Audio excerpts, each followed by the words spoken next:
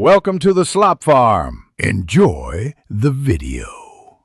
You start now, confirm the OS and that you have admin rights because system font changes need permissions.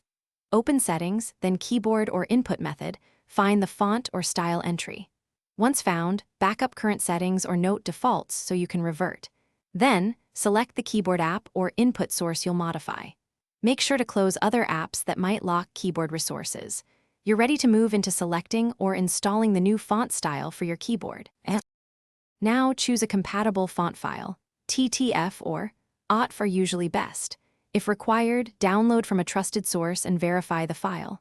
Install the font system-wide via the OS installer or import it directly into the keyboard app. Once done, grant any permission prompts.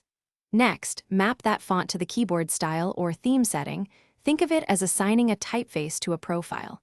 Test immediately in a text field. Make adjustments to size and spacing. Finish by saving the keyboard profile and restarting the input service, or reboot the device to ensure changes propagate.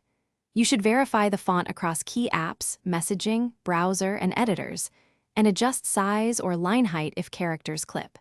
If glyphs appear missing or corrupted, clear the font cache and reinstall the font. Make sure the file isn't corrupted. If problems persist, revert to the backup default profile. One key tip: always keep a copy of the original settings for. Thanks for watching. Consider subscribing if we helped you today.